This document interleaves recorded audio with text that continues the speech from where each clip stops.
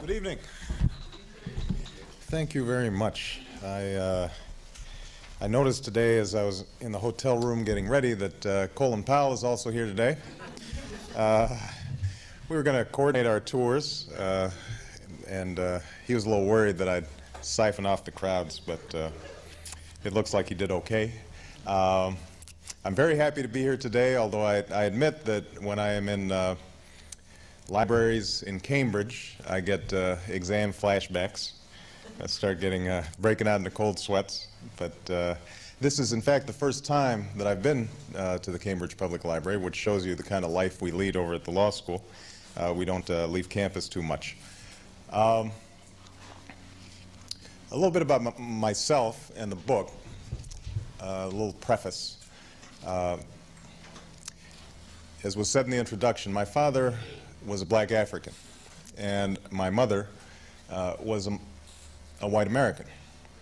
And much of my life was spent trying to reconcile the terms of my birth, that divided heritage, with the realities of race and nationality, tribal identities that exist not just in this country but also overseas. So that this book is not so much a memoir, I think, as sort of a journey of discovery for me, some sense of trying to make sense of my family. And family is always a complicated thing, but it was a little bit more complicated for me. And part of that process of me understanding my family ends up understanding the larger forces that shaped my family. The first section of the book in particular talks about my grandparents and my mother's family, who grew up in such metropolises as Peru, Kansas, and El Dorado, Kansas. We're not sophisticates, we're not even liberal. We're about as mid-American as you could get. Really, if you look at pictures of my grandparents, and there's a picture on the cover of the book, and particularly in their older years, they look like they walked straight out of American Gothic. On the other side, my father's tribe, my father's family, came from a small Kenyan village on the shores of Lake Victoria. And sometimes we forget in some of the racial conflict that takes place in this country that contact between the West and Africa, and the West in Kenya and my father's village in particular, was relatively recent, so that my grandfather on my father's side was the first, or one of the first, Africans, black men, to ever see and meet and have direct contact with a white person. And this happened as recently as 1895. So that you have these widely divergent cultures coming together. And as a child, a lot of the conflicts that potentially arise out of that were tamped down in my life because they met in Hawaii. And they met at a time that was full of idealism. It was during the Civil Rights Movement. Hawaii, as it is, had almost a mythic reputation of being multicultural. And so that my parents were swept up in the idealism of that time and the hopefulness of that time, the sense that you might be able to create in this country a nation that was built on a sense of community and equity and fairness. And as we know, many of those dreams of my parents ended up fraying as time went on. Their marriage broke apart, but also I think the hopes and dreams of the nation began to crumble in the later 60s. And so I end up coming into adolescence at a time when the tensions between the races, even in a place like Hawaii, are becoming more pronounced. And sort of the identity politics that is so pronounced today was already starting to come to the fore. So the section that I'm going to read for you right now takes place during my adolescence. And I'm a very angry man, young man, at the time that this passage takes place. Partly because my father is absent, partly because I'm trying to struggle, what does it mean exactly to be a black man in America? Partly because I'm sufficiently isolated in Hawaii without a large African-American community, without father figures around that might guide me and steer my anger. What I end up relying on are the images and stereotypes that are coming through the media. And I'm having to patch together and piece together exactly what it means for me to be both African and an American. So the passage that I'm going to read right now takes place right after a party. And what's happened is that typically when I went to parties in high school, oftentimes there were 3 or 4 black people in a room of 300.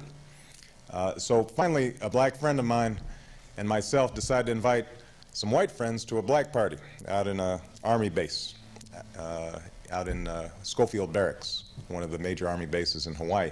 And we immediately sensed that they're a little uncomfortable being in this minority situation. You know, they're sort of trying to tap their foot to the beat.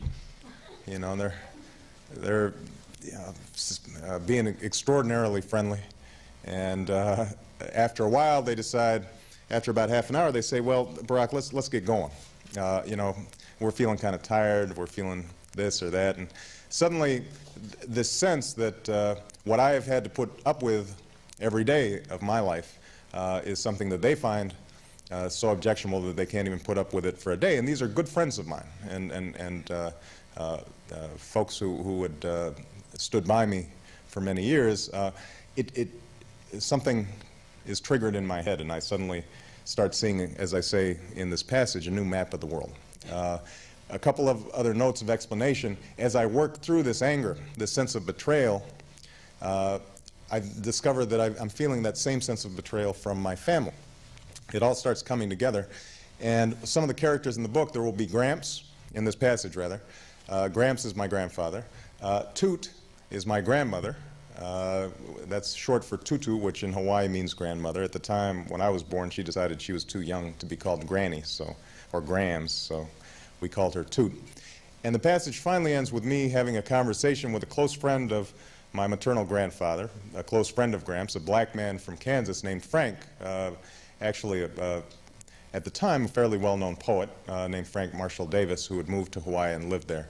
And so I have a discussion with him about the kinds of frustrations I'm having, and he sort of schools me on that I should get used to these frustrations. So let me dig in.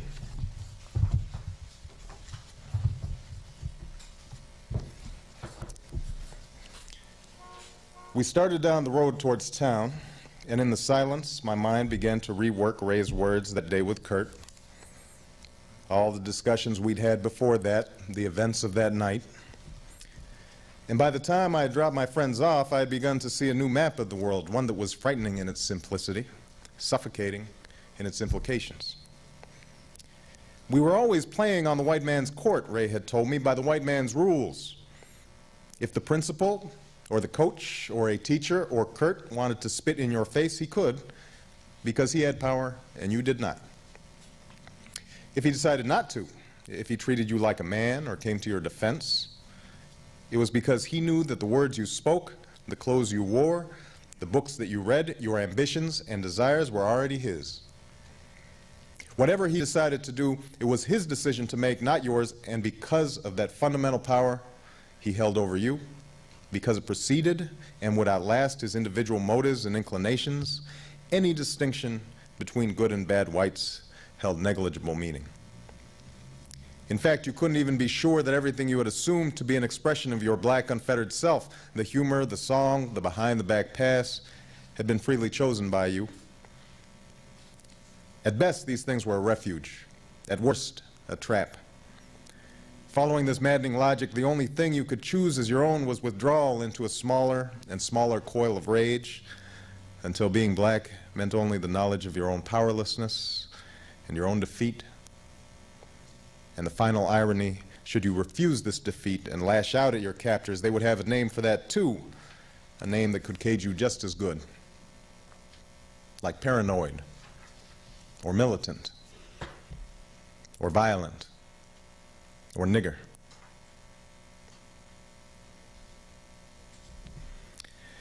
Over the next few months, I looked to corroborate this nightmare vision of mine. I gathered up books from the library, Baldwin, Ellison, Hughes, Wright, Du Bois. At night, I would close the door to my room, telling my grandparents I had homework to do, and there I would sit and wrestle with words, locked in suddenly desperate argument, trying to reconcile the world as I had found it with the terms of my birth. But there seemed to be no escape to be had. In every page of every book, in Bigger Thomas and Invisible Men, I kept finding the same anguish, the same doubt, a self-contempt that neither irony nor intellect seemed able to deflect. Even Du Bois' learning and Baldwin's love and Langston's humor eventually succumbed to its corrosive force. Each man finally forced to doubt art's redemptive power. Each man finally forced to withdraw, one to Africa, one to Europe, one deeper into the bowels of Harlem, but all of them in the same weary flight, all of them exhausted, bitter men, the devil at their heels. Only Malcolm X's autobiography seemed to offer something different. His repeated acts of self-creation spoke to me the blunt poetry of his words. His insistence on respect promised a new and uncompromising order, martial in its discipline, forged through sheer force of will. All the other stuff, the talk of blue-eyed devils and apocalypse, was incidental to that program, I decided. Religious baggage that Malcolm himself seemed to have safely abandoned towards the end of his life. And yet, even as I imagined myself following Malcolm's call, one line in the book stayed with me. For he spoke of a wish he'd once had, the wish that the white blood that ran through him there by an act of violence might somehow be expunged. I knew that for Malcolm, that wish would never be incidental. I knew as well that traveling down the road to self-respect, my own white blood would never recede into mere abstraction. So I was left to wonder what else I would be severing if and when I left my mother and my grandparents at some uncharted border. And two, if Malcolm's discovery towards the end of his life that some whites might live beside him as brothers in Islam seemed to offer some hope of eventual reconciliation, that hope appeared in a distant future, in a far-off land. Where were the people who would work towards this future and populate this new world? After a basketball at the university one day, Ray and I happened to strike up a conversation with a tall, gaunt man named Malik, who played with us now and again. Malik mentioned that he was a follower of the Nation of Islam, but that since Malcolm had died and he had moved to Hawaii, he no longer went to mosque or political meetings, although he still sought comfort in solitary prayer. One of the guys sitting nearby must have overheard us, for he leaned over with a sagacious expression on his face. "Y'all talking about Malcolm, huh?" "Malcolm tells us like it is, no doubt about it." "Yeah," another guy said, "but I tell you what, you won't see me moving to no African jungle anytime soon. Or some goddamn desert somewhere sitting on a carpet with a bunch of Arabs. No, sir. And you won't see me stop eating no ribs either. Gotta have them ribs. And pussy too. Don't Malcolm talk about no pussy? Now you know that ain't gonna work." I noticed Ray laughing and looked at him sternly. "What are you laughing at?" I said to him. "You never even read Malcolm. You don't even know what he says." Ray grabbed the basketball out of my hand and headed for the opposite rim. "I don't need no book to tell me how to be black," he shouted over his head. I started to answer, then turned to Malik, expecting some words of support. But the Muslim said nothing, his bony face set in a faraway smile. I decided to keep my own counsel after that, learning to disguise my feverish mood. A few weeks later, though, I awoke to the sound of an argument in the kitchen, my grandmother's voice barely audible, followed by my grandfather's deep growl. I opened my door to see Toot, that's my grandmother, entering their bedroom to get dressed for work. I asked her what was wrong. "Nothing. Your grandfather just doesn't want me to drive me to work this morning, that's all." I entered the kitchen and saw Gramps was muttering under his breath. He poured himself a cup of coffee as I told him that I'd be willing to give Toot a ride to work if he was feeling tired.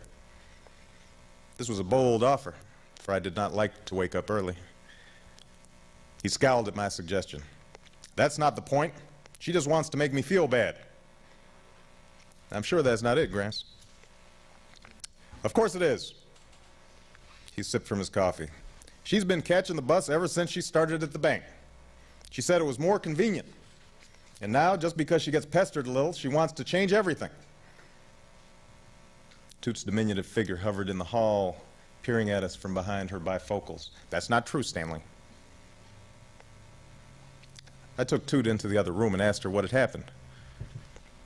"A man asked me for money yesterday while I was waiting for the bus." "That's all?"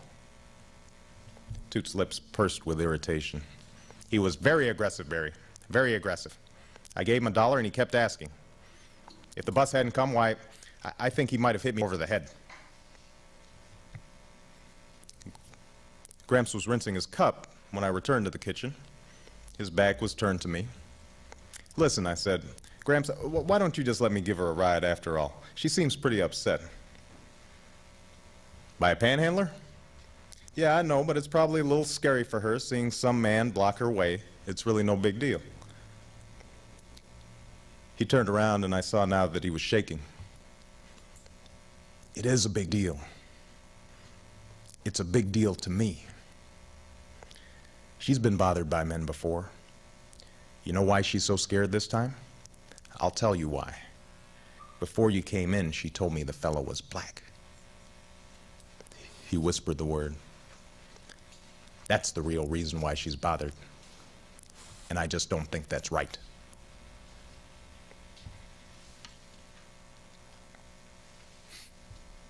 His words were like a fist in my stomach, and I wobbled to regain my composure. In my steadiest voice, I told him that such an attitude bothered me too, but assured him that Toot's fears would pass and that we should give her a ride in the meantime. Gramps slumped into a chair in the living room and said he was sorry he had told me. Before my eyes, he grew small and old and very sad. I put my hand on his shoulder and told him that it was all right. I understood. We remained like that for several minutes in painful silence. Finally, he insisted that he drive Toot after all, and struggled up from his seat to get dressed. After they left, though, I sat on the edge of my bed and thought about my grandparents. They had sacrificed again and again for me. They had poured all their lingering hopes into my success. Never had they given me reason to doubt their love, and I doubted if they ever would. And yet I knew that men who might easily have been my brothers could still inspire their rawest fears.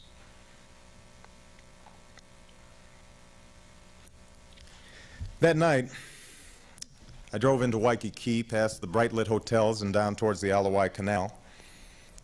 It took me a while to recognize the house with its wobbly porch and low-pitched roof. Inside, the light was on, and I could see Frank sitting in his overstuffed chair, a book of poetry in his lap, his reading glasses slipping down his nose. I sat in the car, watching him for a time, then finally got out and tapped on the door. The old man barely looked up as he rose to undo the latch. It had been 3 years since I'd seen him. "Want a drink?" he asked me. I nodded and watched him pull down a bottle of whiskey and 2 plastic cups from the kitchen cupboard. He looked the same, his mustache a little whiter, dangling like dead ivy over his heavy upper lip, his cut-off jeans with a few more holes and tied at the waist with a length of rope. "So how's your grandpa?" "He's all right." "So what are you doing here?" I wasn't sure. I told Frank some of what had happened. He nodded and poured us each a shot. "Funny cat, your grandfather," he said. "You know, we grew up maybe 50 miles apart?" I shook my head. "We sure did. Both of us lived near Wichita. We didn't know each other, of course. I was long gone by the time he was old enough to remember anything. I might have seen some of his people, though. Might have passed them on the street. If I did, I would have had to step off the sidewalk to give him room. Your grandpa ever tell you about things like that? I threw the whiskey down my throat, shaking my head again. No, Frank said, I don't suppose he would have. Stan doesn't like to talk about that part of Kansas much. Makes him uncomfortable. Why, he told me once about a black girl they hired to look after your mother. A preacher's daughter, I think it was. Told me how she became a regular part of the family. That's how he remembers it, you understand?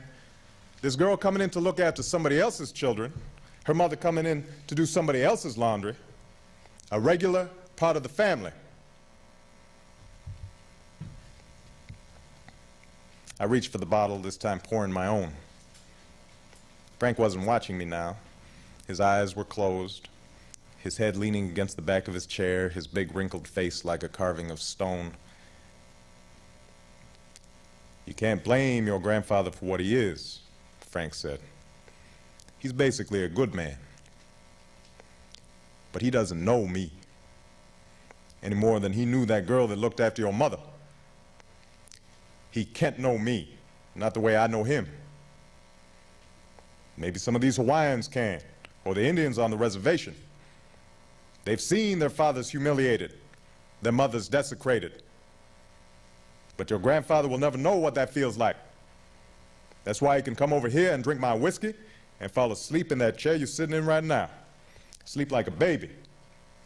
See, that's something I can never do in his house. Never. Doesn't matter how tired I get, I still have to watch myself. I have to be vigilant for my own survival. Frank opened his eyes. What I'm trying to tell you is, your grandma's right to be scared. She's at least as right as your grandpa is. She understands that black people have a reason to hate. That's just how it is. For your sake, I wish it were otherwise. But it's not. So you might as well get used to it. Frank closed his eyes again. His breathing slowed until he seemed to be asleep. I thought about waking him, then decided against it and walked back to the car. The earth shook under my feet, ready to crack open at any moment. I stopped, trying to steady myself, and knew for the first time that I was utterly alone.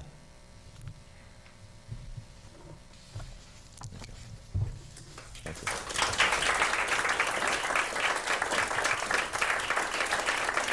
Thank you. Okay, I am available for questions or comments. Right there. What motivated you to write the book? And I assume you work full-time at another job. How did you organize yourself to actually write a whole book? You know, I wish I'd asked myself that question before I started writing. What motivated me? When I was elected, as I write about in the introduction, when I was elected president of the law review here at Harvard, that generated quite a bit of publicity, and so immediately, you know, there's this entire industry of agents and folks who's, you know, if you get your little 15 minutes of fame, they'll call you and see, you know, if we, I suppose, can make some money on it. And I think the idea that they had initially was sort of a feel-good story. You know, it's a young black man, successful, and then I had to explain to them, you know, this is kind of complicated, you know, what's going on here. And at the time, I was thinking about writing more of an academic treatise, you know, because I wasn't very happy with sort of the terms of the public policy debate surrounding racial issues. What happened is, as I began to write it, and I had been keeping journals for quite some time, what I realized is that if I had anything unique or useful to offer, that it probably had more to do with the stories of my life. You know, what I realized, and partly this comes from my background as a community organizer, where the way you organize community, give them a sense of solidarity or meaning in their lives, a lot of times has to do with sharing stories. And there's a long tradition in the African American community of sharing stories, of storytelling, and in African traditions, the griot, sharing a story. And so I guess I felt that I ended up being drawn to the idea of sharing a story, and thought that my family might be a useful prism to understand some of the complexities of racial issues, which get so simplified when they're debated on Crossfire or the McLaughlin Group or what have you. So that was the initial impulse. And I think there was a certain amount of expiation that took place because, although by that time I was well established and, I guess by conventional terms, successful or on my way to success, there was a lot of unworked through stuff that I had to write down and, clarify for myself. In terms of organizing to write a book, it wasn't very organized. I got an initial advance, which gave me sort of a jump. It allowed me to go back to Kenya, do some more research, because the last section of the book talks about Kenya. And so I started writing, but then immediately during the 1992 election cycle, I was approached by a number of people in Chicago to run a voter registration campaign, and I decided I'd do that, much to the chagrin of my initial publishers. But I thought the 1992 election was important, and the work needed to be done. So it essentially, and right after that I started working as a civil rights attorney. And so what I had to do was what I imagine most first-time writers do, which is, you write in the evenings, you write on the weekends. My wife, who was foolish enough to marry me right in the middle of this thing, didn't see much of me for the first 2 years or so that we were married. And I had to take some leaves of absence for a month or two once the first draft was written to try to polish it up a little bit. Yeah. Actually, I have a couple of questions. Okay. One, how do you feel about the increased sort of push to have multi-ethnic as a political category? And two, can you say a bit more about how you managed to sort of get record numbers of voters out in Chicago in just 6 months? Sure. In terms of the multicultural sort of check-off box on census reports and things like that, I understand the impulse. I'm sympathetic to the impulse. In the end, I guess I don't agree with the strategy. This goes back to a constant debate about should we pretend that we've got a colorblind society, or on the other hand, is everything racial, everything tribal? And I guess I don't believe in those simplifications.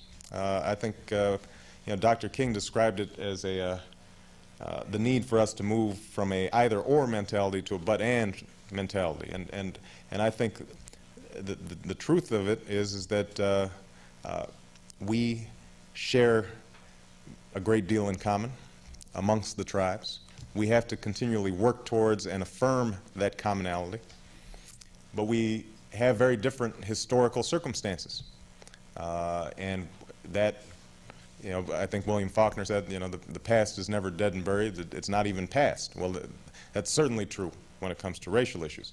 And so the notion that somehow changing a census box will free up someone who's quote-unquote multicultural so that they will now be able to live as individuals as opposed to categorized into groups just strikes me as naive and potentially damaging from a political standpoint. I think that if anything, it just creates one more category. So now we have coloreds in America. And there was a long fight in South Africa to overturn that. So I guess that the simplest way to answer your question is if I'm in New York City trying to catch a cab, I can't hold up a little sign saying I'm multicultural. Yeah. Well, this is only because I'm decked out for this reading. Now, if I had my homie look, then I might have some problems. So I hope that answers your question. As far as voter registration, we live in a very cynical time about politics. 1992, there was a window of opportunity where I think, having come out of the the Reagan and Bush era, I think there was, and the Cold War being over, there was some sense that now was a time where we could look inward and do something domestically. And in the African American community, there was some sense of optimism, I think partly because President Clinton tapped into some good rhetoric, right? He said some right things about community, about mutual responsibility, about refocusing and redoubling our efforts to do something about the inner cities. And so we were able, in some ways, to work off of the energy that was being driven during that campaign. Most of it is not rocket science, it's just hard work. What you have to do is you have to go into churches, you have to go into sororities, you have to and recruit volunteers and train those volunteers and be systematic about, you know, putting them in spots throughout the city, and it also costs money, and so you have to, you know, raise money for it. But you know, in the end, it really has to do with being able to link together people's understanding that their self-interest is tied to the political process. And that is very difficult to do if you're in a situation in Robert Taylor Homes, let's say, where, which is a large public housing development in Chicago, a notorious public housing development, where things seem to, people feel like things are always happening to them, and they're not active agents. And so a lot of groundwork has to be laid to explain that, no, in fact, you are an active agent. You know, and you, sometimes you talk about welfare cuts, and that if you don't vote, somebody's going to cut your welfare. Sometimes you, as people develop, you can engage them in more sophisticated arguments about, you know, the potential power of a minority, particularly in primaries.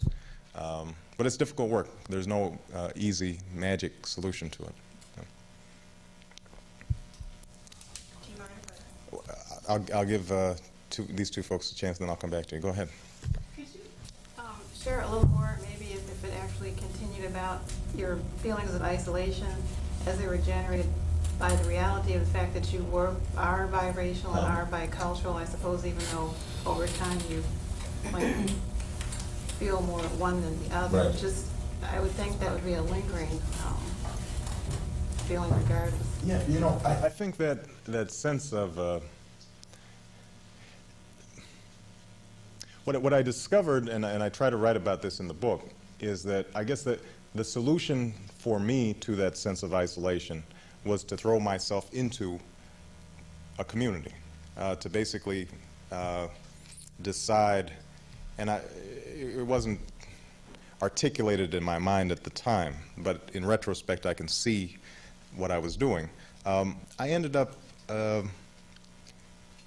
deciding that my individual fate had to be tied to something larger than myself, that my individual salvation would only come from a collective salvation of some sort, that my true sense of self would only come if I had some sense of community. And so what I internally, I think, did was to sort of reach back into that period of time that my parents came together, the civil rights movement. And I think I internalized a sense that this country had, that this nation had in the early 60s, that we could transform community, that we could break isolation. I think part of the impulse for my parents marrying each other, you've got a white woman from a lower middle class background in a small starched, you know, town in Kansas. Now she marries an African. Well, something's going on there. I mean, part of what's going on, and she's, you know, the most wonderful woman I know. And part of what was going on with her was she's trying to break out of the isolation and stultification and constraints of her upbringing. My father, on the other hand, he's trying to break out of his own sense of isolation. He is a transitional figure, someone who's moving essentially from the 18th century directly into the 21st, out of a small Kenyan village into, you know, a Harvard PhD program, you know, in one fell swoop. So he's suddenly recognizing that his life is isolated, that there's this modern world that's swirling about him, and that he's got to take control of that in some fashion. And so I think part of the impulse that brought them together had to do with breaking their isolation. I think this nation was going through the same sense. When freedom riders went down from the North to register voters and break down segregation in the South. That's an exercise in breaking through isolation. And so I think that subconsciously, at least, I ended up hearkening back to that time and became a community organizer. And what I discovered through the work that I did in Chicago was that by sharing stories, as I said, by understanding that the experiences of my grandfather in Kansas, who, you know, sort of had an unsavory past, and his father left him and left his mother. His mother ended up committing suicide. He was always sort of, you know, I guess what might be considered poor, white trash. You know, that his story, his needs, his hungers weren't that different from a young man that I'm looking at, an 18-year-old in Chicago, whose father's left him and whose mother's maybe smoking crack, and he's trying to make his way, and I'm working with him. Once you start seeing those stories and digging beneath the surface, then you can reclaim a connection. And I guess one of the things that I think that translates to politically is a sense that if we work through these, racial harmony is not going to come by us holding hands and singing Kumbaya. That understanding has to be earned. It has to be worked for, and there are sacrifices involved. And I think that breaking isolation requires work and sacrifice. And I think that's how I ended up reconciling it. So, was that a two? Was there a second question? I don't remember. That's Okay. Gentleman in the back. That was sort of what I had in mind. I wondered what you envision in your writing and community activity. What kind of a vision, realistically, you can see for America? I think you just began to touch on it, but maybe you can say more about it. What are there any examples in the world, in history, or any model for what you would like to see that you really think is realistically achievable in the United States in the near future, like the next decade? Yeah. Well, from what you read, it doesn't sound very optimistic. Well, it sounds like pain rather than. well, keep in mind, as I said, this passage that I read was Period of anger. right. I'm 16 years old. Right. Young men are just angry generally. Are you Right? It's saying- a testosterone kind of thing. Have you gotten over that? Because I've gathered that there's a lot of that going around, a lot of rage. But are you saying that you are not one of the people that I read about in Newsweek, which had a whole issue of it? Oh, right, the rage of the privileged class. Which I think I could understand entirely. I think I would feel that way too. Is that something that is just a period that's going to be over, or I can see that's going to last?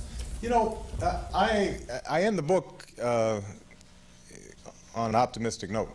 I mean, I think this is a comedy as opposed to a tragedy, this particular book. So I do work through the anger that I personally experience in my own life. But as I said, I think it gets transformed into an insistence on creating a politics that can address our past. I am Our, you mean the whole country? the whole country, and you know, I remain optimistic about America. I remain, you know, I believe in that we can appeal to the better angels of our nature, and I think that, you know, my wife likes to say, a black woman who grew up in the South Side of Chicago all her life, working class family. She likes to say, and I think this is true, that black folks are the most forgiving people because they've had the most practice. And I think that's true. You know, this whole notion of black anger and black rage, you know, I think is greatly overstated considering what a brutal experience it has been in this country. And I am always struck by how, even though black folks may talk about white folks sort of in the generic sense, that most black folks always have an open hand to individual whites. and that if there was any sense that this country was making a serious effort to address the problems that have resulted from slavery and segregation in this country and that continue, that I think you would see an outstretched arm from the other side. It requires the whites to participate. It requires the whites to participate too. And see any evidence that that's likely? well, you know, that's where my optimism comes in, and maybe this is naivete. Sometimes, you know, black folks think I'm a little naive. But I guess I think that basically Americans are decent people. I think the problem with Americans, and this is obviously a large generalization, so you will excuse me as I generalize about Americans. Americans don't like to sacrifice. This generation in particular does not like to sacrifice. Our whole politics is geared towards not wanting to sacrifice and trying to do everything on the cheap. And solving the racial problems in this country at this stage has very much to do with economics and class and dealing with entire generations and segments of the society that need help. And that's going to cost some money. And that's going to require some sacrifice. I think that the current political climate can change. And I think that if you talk to young people, I think there have been changes. So I'm not one of these people who says that nothing's changed. I think it's the best of times and the worst of times for race relations in this country. By the way, I heard Cornel West speak at Harvard at noon today, and he's very pessimistic. That's my interpretation. Well, he thinks democracy isn't working. Well, you know, Cornel West has to go back to his Bible, right? You got to have faith. You know, Faith in something, but isn't the American democratic system? got to have faith. And you know, I mean, I say that facetiously, but I do think that there is an element of faith involved in this project of democracy. There's an element of faith involved in the notion that you can create a society and a country that doesn't all look alike and sound alike and talk alike.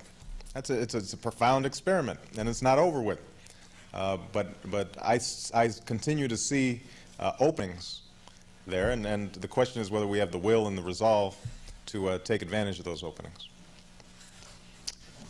Go ahead, right here. Well, I guess out of all the cities in the United States you lived in, I mean, which one would you feel the most comfortable in? You know, I feel deeply at home in Chicago, partly because I think Chicago is similar to, in some ways, my Kansas roots, even though I never lived in Kansas. But it's got that Midwestern.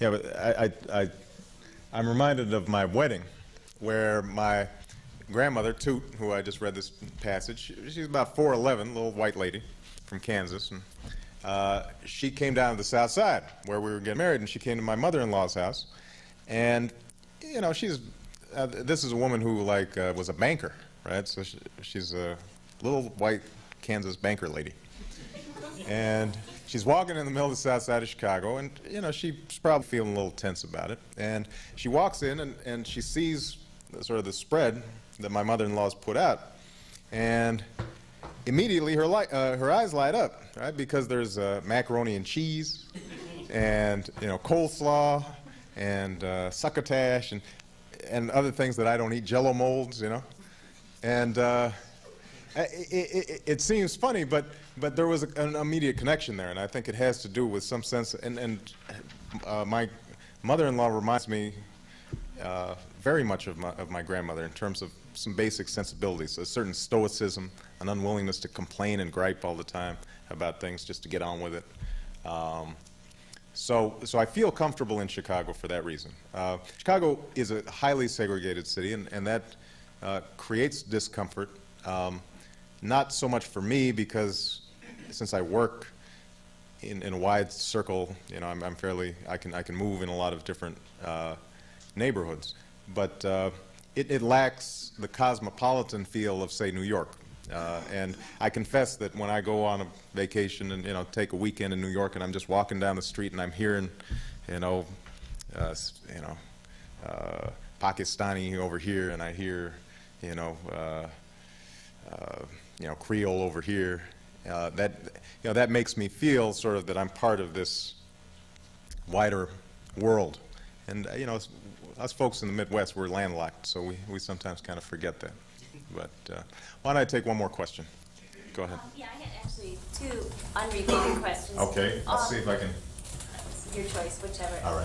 But the first is if you could describe a little bit what you learned when you were in Africa, or what you brought back. And the second question was, you could tell us what your civil rights law practice is like. Okay. As far as Africa, as I said, the entire book ends in Africa. It was an interesting process for me because my personal journey to discover very directly who my family was, I think mirrors a more abstract sense of a lot of African Americans that they need to go back and reclaim their roots. And a further parallel exists because in the same way that I think I had looked at my father as sort of an idealized image, so does the African American community, I think, tend to idealize Africa, look at it through rose-tinted glasses, if it thinks about it at all. Now, part of that is counteracting years of feeling ashamed about Africa. So, going back, I think, for me, was to embrace at least a partial truth about Africa, which is that there's good in Africa and there's bad in Africa. There's great joy and much to be learned from Africa, but that there's also much to be discarded about certain African traditions. A very specific example is the sexism that exists in Africa, which I think debilitates the country. So, I think that's more than anything what I brought back, until you get to sort of a more mystical plane where, it is true that when you're on the Serengeti and you're looking out across the expanse, time feels different, and you bring back something, I think, that is different and stays in you. But I know, for example, I took my wife back, and as I said, she grew up in the south side of Chicago, and what she realized was that she was an American. I think very profoundly she realizes. Now she's a very beautiful, regal, African-looking, brown-skinned sister, and she goes there, and we go up to my grandmother's village, and first of all, she's riding in matatus, these little jitneys that are bumping along the road, and there are chickens on her laps, and she's, what was that game when we were kids, right? And you put your twist, right? That's how it feels. And so we get up there, and my little cousins, they all start pointing at her and saying, "Look, the Wazungu," which means the white lady. Now, for a girl from the south side of Chicago, whose complexion is about like this young lady's right here, that's sort of a stunning, welcome. But beyond the superficial things, I think what you realize when you go back is that African Americans already partake of a hybrid culture. We're part of a hybrid culture, and we can't deny that. So in some ways, the more obvious biracial identity that I have to affirm, African Americans also have to affirm. And white Americans have to affirm because they partake in a hybrid culture. I mean, the truth of the matter is that American culture at this point, what is truly American, is black culture to a large degree. Flip on the television set. Look at Pulp Fiction. You can choose whatever examples you want. It's had a profound influence on this entire nation, and it has to be affirmed. In terms of my civil rights practice, it's hard. It's hard right now because Reagan and Bush appointed judges that are not sympathetic to civil rights laws. And one of the things that I always try to emphasize is, there is so much debate about affirmative action and very little talk about enforcement of anti-discrimination laws. It is incredibly hard to bring a discrimination suit these days in the courts. Incredibly hard. First of all, you've got corporations who are willing to spend $500,000, $750,000, $1 million worth of legal fees to defend one case. You've got a black plaintiff or a woman plaintiff on the other side who, if she can find a lawyer who's willing to take the case on contingency, is still looking at $40,000, $50,000, $100,000 worth of just costs. These aren't legal fees, just costs. They get worn down, and then you have a court that has cramped readings of existing laws. And so, you know, I just finished a case where a black man who was the only black employee in a sales force of 150. The first week on the job, his manager, who is now the CEO of a company, which is a Fortune 500 company, pointed to him while standing next to a customer and said, "See, I don't have to worry about the EEOC. I've got my nigger in the window." He said, you know, and this is not uncommon. And so, you know, the conservatives have been very effective in using the moniker politically correct to sort of beat back the progress we've made in terms of decency and civility. But I think that well-meaning citizens would be well served to take a look at anti-discrimination laws and how they're being enforced, because at least theoretically, most conservatives still say that they believe in anti-discrimination laws. They just don't believe in affirmative action. In practice, however, it's very hard to apply those laws in a just and equitable way. So, okay, thank you very much. One last question. Okay. Why didn't I put any pictures in the book?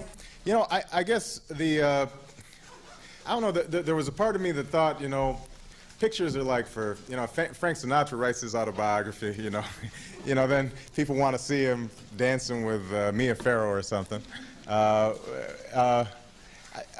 I think part of it was, as I was writing, I really wanted this to be a work of the imagination in some way. I wanted it to read like a story, and not a memoir.